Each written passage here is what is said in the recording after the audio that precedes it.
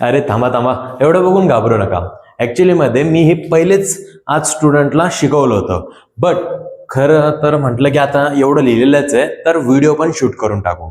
असं नाही की मी प्रायोरिटी देत नाहीये, मी मुलांना शिकवताच व्हिडिओ शूट करणार होतो, बट आमचे सोर्सेस काही एवढे हायटेक नाही, आम्हाला नीट बघावं लागतं, ते करावं लागतं, म्हणून मी रात्री व्हिडिओ शूट करतोय. आता तुम्हाला याच्यामधून तुमच्या फायद्याचं बघायचंय. जसं की आपण पहिल्या पार्टमध्ये बघितलं की ऍक्च्युली मध्ये डायरेक्ट स्पीच आणि इनडायरेक्ट स्पीच काय आहे आणि त्यांचे आपण रूल्स समजून घेतले. आज आपण त्यांच्या रूल्सच्या मदतीने त्यांना कन्वर्ट कसं करायचं, कसे सेंटेन्स एक्झाम मध्ये येईन आणि त्यांना आपण डायरेक्ट स्पीचला इनडायरेक्ट स्पीच मध्ये कसं कन्वर्ट करायचं हे खूपच सिंपल भाषेमध्ये समजवलेलं आहे. आणि जर तुम्ही एवढं बघून घाबरत असले, स्किप करत असले, तर प्लीज पहिले बघून घ्या. समजत नसल तर नंतर कमेंट करा. हे बघा, सेंटेन्सचे काही प्रकार आहे, 4 प्रकारचे 5 प्रकारचे सेंटेन्स आहे. सेंटेन्सचे प्रकार आपण बघू. ओके, तर त्याच्यामध्ये सेंटेन्स आहे बघा, ऍसेरेटिव्ह सेंटेन्स. ऍसेरेटिव्ह सेंटेन्स मध्ये येतं एक तर ऍसेरेटिव्ह पॉझिटिव्ह राहतो, ऍसेरेटिव्ह निगेटिव्ह राहतो. ऍसेरेटिव्ह पॉझिटिव्ह म्हणजे विधानार्थी विधानवाचक होकार आणि विधानवाचक नकार, ऍसेरेटिव्ह पॉझिटिव्ह आणि निगेटिव्ह. मग ऍसेरेटिव्ह सेंटेन्स जे राहता की जसं की मी जेवण करतो, मी बाहेर गेलो, मी अभ्यास केला, हे simple present tense, continuous present tense आपण जे मागं बघितलं ना, टेन्स पूर्ण ऍसेरेटिव्ह सेंटेन्सचा आहे. ओके, पुढं नेक्स्ट आहे इंटरोगेटिव्ह सेंटेन्स. ठीक आहे, आता ऍसेरेटिव्ह सेंटेन्स समजवलेलं आहे तर ऍसेरेटिव्ह सेंटेन्स बद्दलच बोलू. तर ऍसेरेटिव्ह सेंटेन्स मध्ये ऍसेरेटिव्ह सेंटेन्स मध्ये डायरेक्ट स्पीचला इनडायरेक्ट स्पीच बनवण्यासाठी काही रूल्स आहेत. जर हे रूल्स तुम्हाला समजले तर तुम्हाला कन्वर्ट करायला सोपं आहे. बाकी तुम्ही बघशाल एवढं लिहिलेलं आहे, ऍक्च्युअली मध्ये काहीच नाही. बघा, हेच रूल आहे. प्रथम रिपोर्टर घ्या, तेच. नेक्स्ट रिपोर्टिंग वर्ब काय राहील ते दिलेलं आहे. नेक्स्ट मध्ये त्यानंतर वाक्यातील श्रोता घ्या, बार तेच दिलेलं आहे. आणि नंतर वाक्यातील श्रोता घेतला स्वल्पविराम, ते काय एकदा तुम्ही बघा वरून, डोंट जज a book by it's cover. Okay, मग रिपोर्टिंग वर्ब, प्रथम रिपोर्टर घ्या. ओके, आता एखादा सेंटेन्स दिलेला आहे, आपण डायरेक्ट सेंटेन्स पासून सुरू करू आणि त्यांना रूल अप्लाय करू. ओके, आता मी हे पोरांना लिहून दिलं सांगतो. Blue pen, red pen. तर Ramya said to Kishan, I am the best. सर्वप्रथम पहिले तुम्हाला जे करायचंय ते तुम्हाला आयडेंटिफाय करायचंय की ऍक्च्युअली मध्ये reporter, reporting verb, reporting speech आणि लिसनर कोण आहे. तर याच्यामध्ये रम्या सेड टू किशन, रिपोर्टर कोण आहे, बोलणार कोण आहे, रम्या. कोणाच्या मदतीने म्हणजे कोणता शब्द आहे जो मदत बोलायला सांगतोय की आपल्याला बोलती, म्हणून ती reporting verb said to. Next मध्ये कोण ऐकतंय, किशन. पुढं काय म्हणती ती, तिने दुहेरी अवतरण चिन्हामध्ये सांगितलं, आय एम द बेस्ट. काय बोलली की मी बेस्ट आहे. तर जेव्हा तुम्ही कन्वर्ट करशाल, सगळ्यातून पहिले आपला नियम बघा. प्रथम रिपोर्टर घ्या. रिपोर्टर कोण आहे, रम्या, जसंच्या तसं घेतलं. नेक्स्ट मध्ये जर वाक्यामध्ये सेज असेल तर सेजच घ्यायचं. सेड टू असेल, सेड टू आहे आणि लिसनर नाहीये, सेड टू आहे बट लिसनर नाही, तेव्हा सेडच घ्यायचं. कळलं? बट सेड टू आहे, लिसनर पण आहे, तर तेव्हा तुम्ही घेशाल टोल्ड. तर मग मला सांगा, वाक्यामध्ये लिसनर आहे की नाही, आहे. तर लिसनर असल्यावर आपण काय घेईन, टोल्ड. तर रम्या टोल्ड. आणि नंतर काय, त्यानंतर वाक्यातील श्रोता घ्या. श्रोता म्हणजे ऐकणारा, लिसनर कोण आहे, किशन. घेतला, स्वल्पविराम अवतरण चिन्ह काढून टाकलं, काही त्याने ते दाखवणार पण नाही आपण. त्यानंतर दॅट घ्या. त्यानंतर काय घ्यायचंय, that. Ramya told Kishan that. मग नंतर रिपोर्टेड स्पीच नियमानुसार बदल करा. आता आठवा किंवा बघा की आपण त्या टायमाला काय सांगितलं होतं, जर वाक्य हे कोणतं आहे, I am the best, am आलं म्हणजे हे कंटिन्युअस प्रेझेंट टेन्सचं आहे. तर कंटिन्युअस प्रेझेंट टेन्सला आपण कोणत्या याच्यामध्ये कन्वर्ट करणार आहे, कंटिन्युअस पास्ट टेन्स. तर कंटिन्युअस पास्ट टेन्स मध्ये याच्यामध्ये जर एम येत असेल तर कंटिन्युअस पास्ट टेन्स मध्ये रम्या कोण आहे, मुलगी आहे, तर मुलगीला काय लागतं, शी. हे पण आपण चेक केलं. ओके, तर एमला काय लागतं, वॉज. एवढं लक्षात ठेवा फक्त, एमला काय लागतं, वॉज. आणि रिपोर्टेड स्पीच मध्ये नियमानुसार बदल करा. रिपोर्टेड स्पीच म्हटलं की ह्या स्पीच मध्ये आपल्याला नियमानुसार बदल करायचा आहे. तर एमचं काय येतं, वॉज. आणि आय म्हणजे ती म्हणतीये, तर तिला काय येईल, शी. तर शी वॉज, बाकी वाक्य जसं तसं, द बेस्ट, फुल स्टॉप. समजलं? काळात नियमानुसार बदल करा. काळात नियमानुसार बदल केले रिपोर्टेड स्पीच मध्ये. रिपोर्टेड स्पीच म्हटलं की हे जे आहे पर्सनल प्रोनाउन त्याच्यामध्ये पण आपण बदल केला. आता दुसरं एक वाक्य आहे, Vishnu sed comma double inverted comma. आता काय बोलला विष्णू? राज हॅज द कॅपेबिलिटी, की राजमध्ये क्षमता आहे. जर तुम्ही याला कन्वर्ट करशाल तर त्याचं कन्व्हर्जन कसं होईल? सर्वातून पहिले आपल्याला रिपोर्टर कोण आहे? विष्णू जो बोलतोय. कोण बोलतोय? विष्णू. तर त्याला घेतलं. नेक्स्ट मध्ये सेड. मला सांगा सेड मध्ये लिस्नर आहे का? नाही. तर मग मी काय घेईन? सेडच घेईन. ओके, मग सेड घेतलं. त्यानंतर वाक्यातील श्रोता घ्या. श्रोता तर आहे नाही तर घ्यायचं नाही. नेक्स्ट मध्ये त्यानंतर दॅट घ्या. आता त्या स्वल्पविराम अल्पविराम तर आपण काढून टाकले, स्वल्पविराम अवतरण चिन्ह काढून टाकलं. त्यानंतर सिंपलची प्रोसेस आहे दॅट, हेच बार बार करणं आहे. म्हणून एवढं लक्षात ठेवा, स्वल्पविराम सगळ्यातून पहिले कॉमन कोण आहे याच्यामध्ये? रिपोर्टर तर घ्याच लागतो. वर्ब तर बदलतं, समजा लिस्नर चेंज होतोच, म्हणजे लिस्नर घेतोच आपण. हे घेतल्यावर लिस्नर घेतो, याच्यामध्येच थोडाफार बदल आहे. नेक्स्ट मध्ये स्वल्पविराम आणि अवतरण चिन्ह काढतोच आपण. त्याच्यानंतर दॅट काय राहील ते डिपेंड करेल. तर म्हणून याला नाही घेणार आपण. रिपोर्टेड स्पीच मध्ये नियमानुसार बदल होणारच आहे, काळामध्ये पण बदल होणारच आहे, फक्त पुढच्या याच्यामध्ये नाहीये. ते बघून घ्या आपण, जास्त मी एक्सप्लेन नाही करत. तर विष्णू सेड दॅट, आता राज हॅज द कॅपेबिलिटी.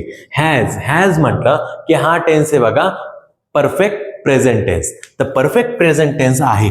तर परफेक्ट प्रेझेंट टेन्सला परफेक्ट पास्ट टेन्स मध्ये काय येईल? हॅजचं हॅड. काय येईल?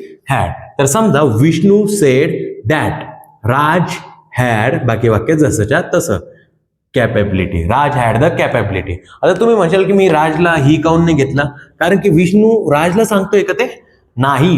राज हॅड द कॅपेबिलिटी. आता मी तुमच्याशी बोललो, तुमच्याबद्दल बोललो किंवा माझ्याबद्दल बोललो तेव्हा कन्वर्ट होईल.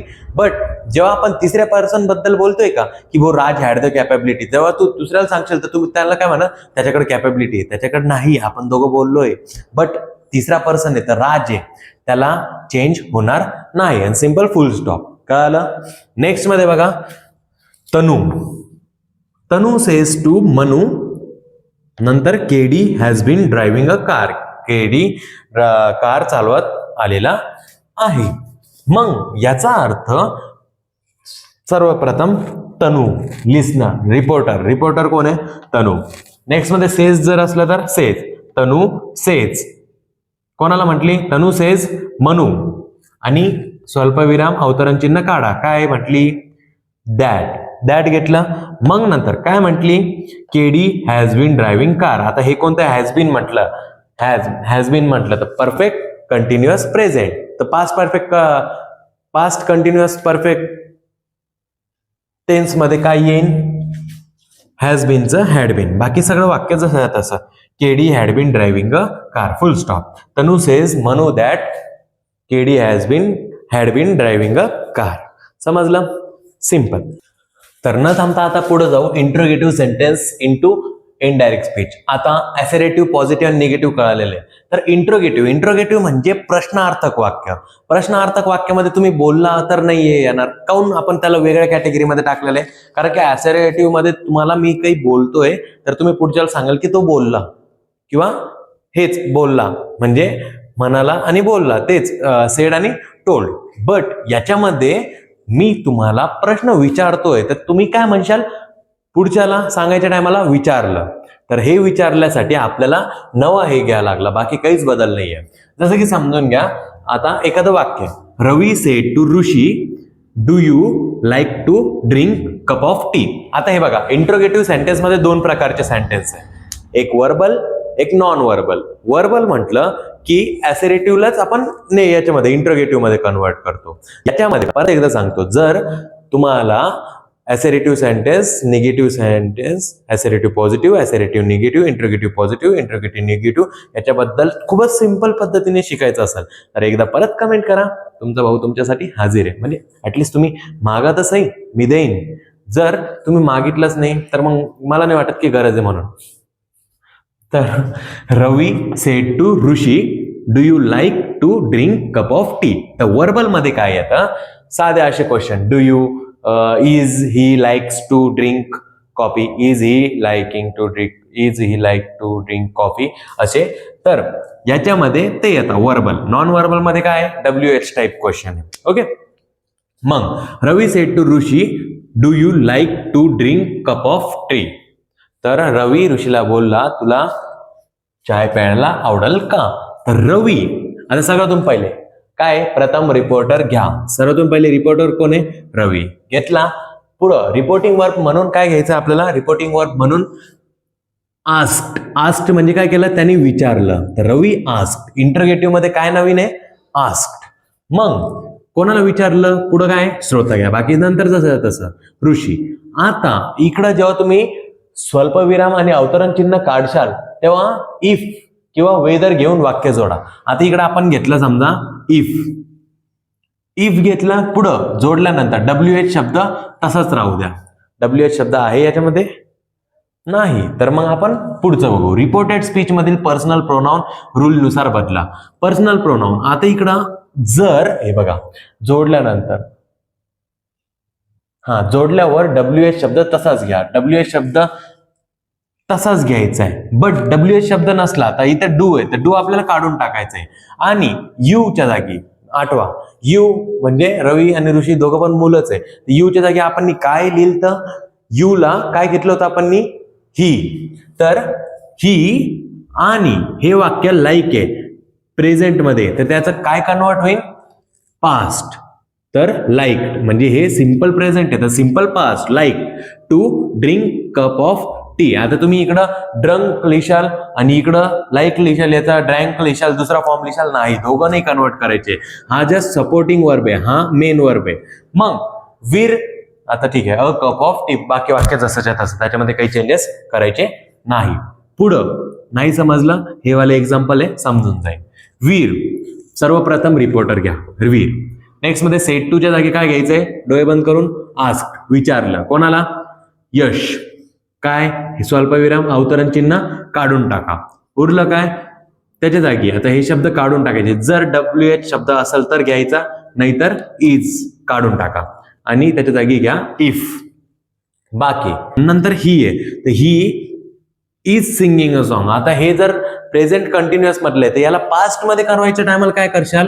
ही वॉज सिंगिंग अ सॉन्ग, म्हणजे ही इज सिंगिंग अ सॉंगचं पास्ट मध्ये येतं, इजच्या जागी वॉज लागतं. बाकी सगळं जसंच्या तसं, बाकी वाक्य जसंच. Veer ask Yash if he was singing a song. आता इकडं रोहित सेड, आता WH टाईप मध्ये आहे, तर WH टाईप मध्ये Rohit said which school you like the most. काही वेगळं नाहीये. सगळ्यातून पहिले आपल्याला काय घ्यायचं आहे? रिपोर्टर घ्यायचं आहे. सेडच्या जागी काय घ्यायचं आहे? आस्क घ्यायचे. आता आज जोडल्यावर याच्यामध्ये इफ आणि वेदरचं सीन नाहीये, तर जोडल्यावर WH शब्द जसाच्या तसा. याच्यामध्ये WH शब्द आपण विच जसाच्या तसा घेतला. आणि मग नंतर स्कूल यू, आता इकडं मला सांगा, school you like the most. Like the most म्हटलं की सिंपल प्रेझेंट टेन्स, तर लाईकचं काय येईल? V2 लाईक म्हणजे सिंपल पास्ट टेन्स. तर which school you liked the most. समजलं? पुढं बघा, हर्ष सेड टू विजय, म्हणजे हर्ष विजयला म्हणाला व्हॉट इज युअर बजेट, म्हणजे तुझा बजेट काय आहे? म्हणजे विच, व्हॉट, तर व्हॉट काय? WH टाईप आहे. तर सगळ्यातून पहिले काय लिहिशाल? रिपोर्टर हर्ष. त्यांनी काय केलं? सेड, म्हणजे सेडच्या जागी काय? विचारलं, आस्क. रवी हर्ष आस्क कोणाला विचारलं? विजय. आणि मग नंतर व्हॉट, आता व्हॉट इज युअर बजेट, तर व्हॉट इज युअर बजेट, तर इजच्या जागी काय येईल? इज काय? कंटिन्युअस आहे. ओके, इज काय? कंटिन्युअस आहे, तर त्याच्या जागी काय येईल? वॉज. ओके. आणि युअर, युअरच्या जागी काय येईल? तुम्हाला दिलेलं आहे मी ऑलरेडी. जर एक पर्सन राहिला तर युअरला हिज, हर आणि इट्स येईल. म्हणजे ते जर मुलगी असली तर हर आणि मुलगा असला तर हिज. मग पुढं व्हॉट, इजच्या जागी काय घेतलं आपण? वॉज. बाकी सगळं आहे तसं. आणि युअरच्या जागी काय घेतलं? हिज. तर व्हॉट वॉज हिज बजेट, तुझा बजेट, त्याचा बजेट काय होता आणि विचारलं. समजलं? सिंपल. तर याच्या आधी आपण बघितलं असर्टिव्ह सेंटेन्स आणि इंट्रोगेटिव्ह सेंटेन्सला कसं कन्वर्ट करायचं डायरेक्ट स्पीच. ओके. याच्या आधी आपण बघितलं असर्टिव्ह सेंटेन्स आणि इंट्रोगेटिव्ह सेंटेन्सच्या डायरेक्ट स्पीचला इनडायरेक्ट स्पीच मध्ये कसं कन्वर्ट करायचं. आणि आज आपण बघणार आहे इम्पेरेटिव्ह सेंटेन्सला इनडायरेक्ट स्पीच मध्ये कसं कन्वर्ट करायचं. पहिली गोष्ट तर इम्पेरेटिव्ह सेंटेन्स काय राहतं ते समजून घेऊ. इम्पेरेटिव्ह सेंटेन्स म्हणजे की आज्ञार्थी वाक्य. आज्ञार्थी वाक्य म्हणजे जर एखादा जर तुम्हाला ऑर्डर देत असला, तुमच्याशी भीक मागत असला, रिक्वेस्ट करत असला, ऍडवाइस देत असला, सजेशन देत असला, हे जे वाक्य येईल ना तर त्याला आपण म्हणतो आज्ञार्थी वाक्य. तर असे वाक्य याला कन्वर्ट करणं डायरेक्ट स्पीचला इनडायरेक्ट स्पीच मध्ये ते खूपच सोपं आहे, कारण की याच्यामध्ये काळामध्ये बदल करावाच नाही लागल. जर तुम्ही पहिला व्हिडिओ बघितलेला आहे तर तुम्हाला समजून येईल की आपल्याला काळामध्ये बदल करावा लागतो. तर सर्वतून पहिले आता इकडे दिलेलं आहे टीचर सेड टू ओम आणि कॉमा देऊन स्वल्पविराम मध्ये स्टडी हार्ड अँड रेग्युलरली. ठीक आहे, आता टीचरनी काय केलेलं आहे, याला ऑर्डर दिलेला आहे. कोणाला? ओमला ऑर्डर दिलेला आहे. पण याच्यामध्ये आपण याला काय केलं, क्वेश्चन मध्ये बनवलं की teacher said to Om do not study hard and regularly. आता हे असं तर नाही सांगत कोणी, बट इकडं नॉटचं वाक्य तुम्हाला एखादं एक्झाम्पल करून दाखवायचं होतं म्हणून मी तुम्हाला इकडं डू नॉट घेतलं समजा. ओके, आता सर्वातून पहिले जर तुम्ही मागचे लेक्चर बघितले नाहीये तर बघून घ्या, मगच तुम्हाला हे समजून येईल की प्रथम रिपोर्टर घ्या. सर्वातून पहिले आपल्याला काय घ्यायचंय, रिपोर्टर घ्यायचा आहे. रिपोर्टर कोण आहे? टीचर. जो बोलतो ना तो रिपोर्टर राहतो. नेक्स्ट मध्ये सेड टू. आता सेड टूच्या जागी तो जो बोलला आहे ते काय, ऍडवाइस आहे, तर इथं काय येईल, ऍडवाइस्ड. जर ऑर्डर राहिलं तर काय येईल, ऑर्डर्ड. तर इकडे आपण घेतलं ऍडवाइस्ड. आता टीचर ऍडवाइस्ड कोणाला दिली, नंतर काय घ्यायचंय, त्यानंतर श्रोता घेतला ओम. मग नंतर टू वापरून वाक्य जोडा. आता टू वापरून वाक्य जोडायचं आहे, बट त्याच्या पुढे अजून एक सेंटेन्स आहे. नेगेटिव्ह शब्द असेल तर तो काढा आणि टूच्या आधी नॉट घ्या. आता निगेटिव्ह शब्द आहे डू नॉट. जर डू नॉट सारखे, नेव्हर सारखे असे शब्द आले ते निगेटिव्ह सेंटेन्स मध्ये राहतात, म्हणजे नाही, तर त्याला काढून टाका. हे जे डू नॉट आहे ना आपल्याला काढून टाकायचंय आणि काय घ्यायचंय, टूच्या आधी नॉट घ्या. टूच्या आधी काय घेतलं आपण, नॉट. समजलं? तर teacher advise Om not to study hard and regularly. बाकी वाक्य जसाच्या तसं. जर याच्यामध्ये पर्सनल प्रोनाउन किंवा कालदर्शक, स्थितीदर्शक असे शब्द राहिले, नाव, देन, हे इकडे दिलेलं आहे नाव, देन, असे शब्द राहिले तेव्हा आपल्याला त्याच्यामध्ये चेंजेस करायचे आहे, बट काळामध्ये काही चेंजेस करणार नाही. जर दुसरं वाक्य म्हटलं keep quiet and sit properly, mom said to Chintu. आता आई म्हटली कोणाला, चिंटूला. म्हटली म्हणजे काय केलं आईनी, ऑर्डर दिला की शांत बस, खाली बस, keep quiet and sit down. Okay, मग मॉम, ठीक आहे, सर्वातून पहिले आपण घेतला रिपोर्टर. ऑर्डर्ड म्हणजे आता समजा मॉमनी ऑर्डर दिलाय तर त्याला आपण काय घेईन, वाक्याच्या अनुसार रिपोर्टिंग वर्ब, याला म्हणतो आपण रिपोर्टिंग वर्ब. तर सेटच्या जागी काय येईन, ऑर्डर्ड. कोणाला दिला, श्रोता घ्या. चिंटू, निगेटिव्ह सेंटेन्स आहे का, टूच्या आधी नॉट घ्यायला नाही, नंतर घ्या टू. बाकी वाक्य जसंच्या तसं, keep quiet and sit properly. मग काय वाक्य झालं, mom order Chintu to keep quiet and sit properly. Next मध्ये मीना सेड टू रीना. मीना रीनाला म्हणाली please give me a glass of water. आता इकडं मीनाने रीनाला भीक नाही मागितलेली, ती तिची फ्रेंड आहे, तर फ्रेंड कधी भीक नाही मागत, तर रिक्वेस्ट करताय. रिक्वेस्ट मध्ये म्हटलं की मीना, सर्वातून पहिले रिपोर्टर घ्या, मीना. मीना नंतर सेड टू, रिक्वेस्ट केली आहे तर सेड टू ला काढून काय येईल, रिक्वेस्टेड. मीना रिक्वेस्टेड कोणाला, रीना. मीना रिक्वेस्टेड रीना. मग नंतर नेगेटिव्ह सेंटेन्स आहे का, नाही, तर इकडे काय घेईन, टू. नंतर काय, टू वापरून वाक्य जोडा. जोडलं, स्वल्पविराम, अवतरण चिन्ह काढून टाका आणि पुढं काय, please give me a glass of water. आता इकडं सेंटेन्स मध्ये काही चेंजेस नाही करायचे आपल्याला. पर्सनल प्रोनाउन मध्ये काही, काळात काही बदल नाही करायचे, पण पर्सनल प्रोनाउन कोण आलेलं आहे, मी असलं तर मीना कोण आहे, तिला काय लागल, हर. मुलगी आहे ना म्हणून हर. मुलगा असला असता तर हिम. त्याच्यासाठी आपण रूल्स बनवलेले, ते रूल्स खूपच सिंपल आहे. तर Meena said to Reena please give me a glass of water. सगळं वाक्य जसाच्या तसा, फक्त आपण हे जे आहे पर्सनल प्रोनाउन त्याला चेंज केलं. कालदर्शक कोणतं, नाव, देन, आता दे, हे दे, कधी दे, उद्या दे, असे शब्द आहे का याच्यामध्ये, नाही. मग Meena requested Reena to please give, मीच्या जागी काय येईन, her a glass of water. बाकी वाक्य जसंच्या तसं, वॉटर. जर तुम्हाला समजलं असेल तर हे दोन तुम्ही घरी ट्राय करा होमवर्क म्हणून. Finally exclamatory sentence to indirect speech. आता एक्सक्लेमेटरी सेंटेन्स म्हणजे उद्गारवाचक वाक्य. आता उद्गारवाचक वाक्याला इनडायरेक्ट स्पीच मध्ये करायचं आहे तर काय प्रोसेस आहे, तर सर्वप्रथम पहिला तसं एखादं सेंटेन्स घेतलं उद्गारवाचक वाक्याचं आहे, तर villagers sed what a clever boy he is, म्हणजे त्याच्या पुढं हे दिलं, काय दिलं, उद्गारवाचक चिन्ह. पुढं प्रथम रिपोर्टर. आता विलेजर्स कोण आहे? बोलणारे, तर रिपोर्टर्स, विलेजर्स घेतला. ओके. पुढं रिपोर्टिंग वर्ब. आता सेड काढून एक्सक्लेमेटरी सेंटेन्स आहे तर सगळ्यांना एक्सक्लेमेट लागणार आहे. याच्यासारखं नाही की ऑर्डर आहे तर ऍडवाइस आहे तर तसा. याच्यामध्ये सगळ्यांना काय लागणार आहे? एक्सक्लेम. Villagers exclaim. मग नंतर पुढं स्वल्पविराम अवतरण चिन्ह काढा, काढलं, त्याच्यानंतर दॅटने वाक्य जोडा. कोणी वाक्य जोडलं? आपण दॅटने वाक्य जोडलं. आणि पुढं उद्गारवाचक विधानार्थी हे वाक्य आहे. उद्गार वाक्याला विधानार्थी वाक्यात रूपांतर करा. आता उद्गारवाचक वाक्य आहे जसं की what a clever boy he is.